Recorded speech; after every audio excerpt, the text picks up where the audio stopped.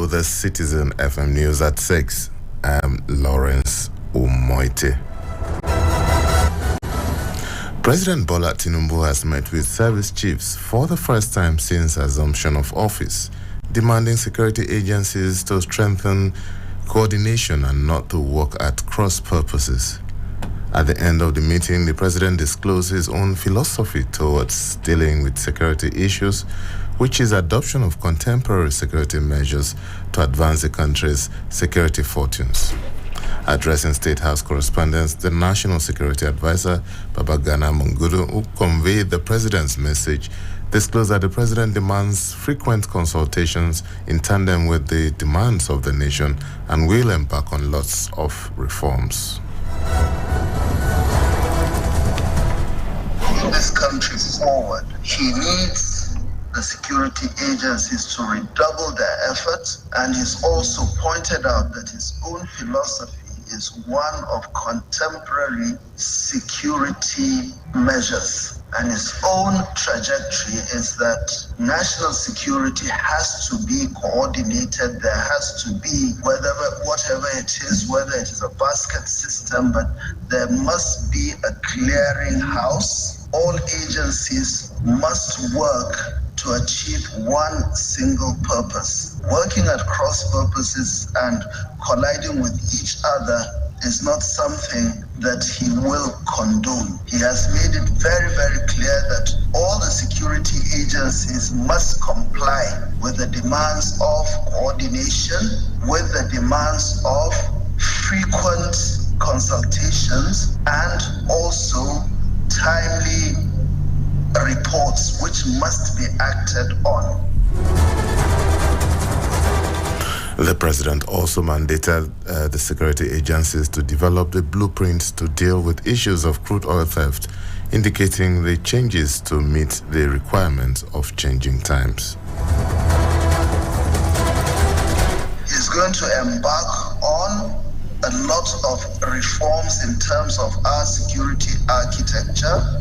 He's going to take a closer look at our misfortunes in the maritime domain, focusing particularly on the issues of oil theft. That he is not going to tolerate. Wherever the problem is coming from, it must be crushed as soon as possible. He's already mandated the security agencies to come up with a blueprint.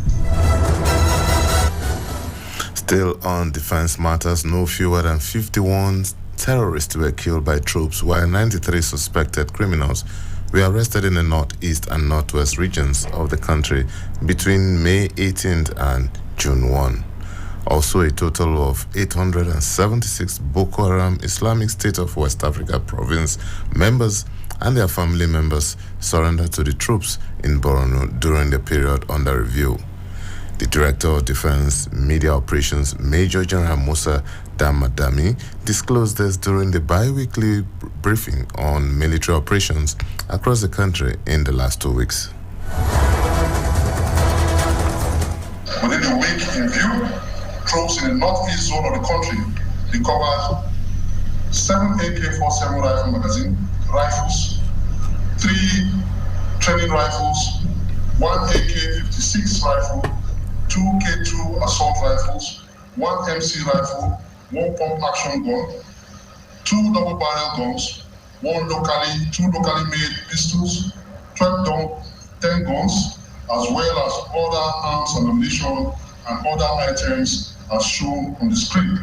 Troops also neutralized 26 Boko Haram and Islamic State of West African Province terrorists, including 1 suicide bomber, arrested 22 terrorist logistics suppliers, 2 terrorist spies, an informant, and captured 1 Boko Haram. The Group Chief Executive Officer, Nigerian National Petroleum Company Limited, Malia Kari, on Thursday allayed the fears of Nigerians on the rising prices of petroleum motor spirit, better known as petrol, across the country. The NNPC boss said competition among major players in the oil sector would force down the price of petrol as against the upward trends that have caused panic in the country. Kerry said the removal of subsidy would allow new entrants into the market a move is said will aid competition and phase out monopoly.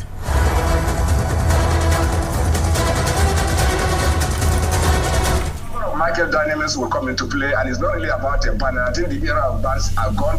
Competition will come in, and I'm sure that even in AGO market today, there's nothing like a ban that you can see, but people still have differentiated price. Even within Abuja today now, one fuel station sells higher than the other, and this is also a reality. And this is a factor of either efficiency, desperation, the need to go back to the market, and very many other conditions that companies see.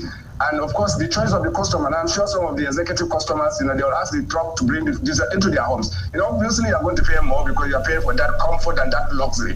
So there is nothing like a ban in pricing petroleum motor, just like any other community.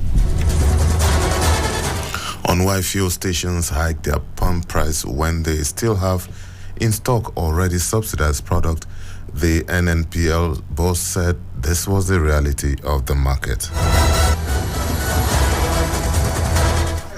There is nothing you can do, you can't provide for it. And therefore, the provision in the budget is clearly, yes, that's provision of the law, it must be funded.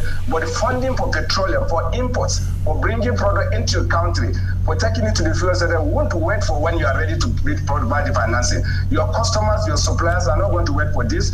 The oil marketing companies who will take this product from you, they don't care how you do it.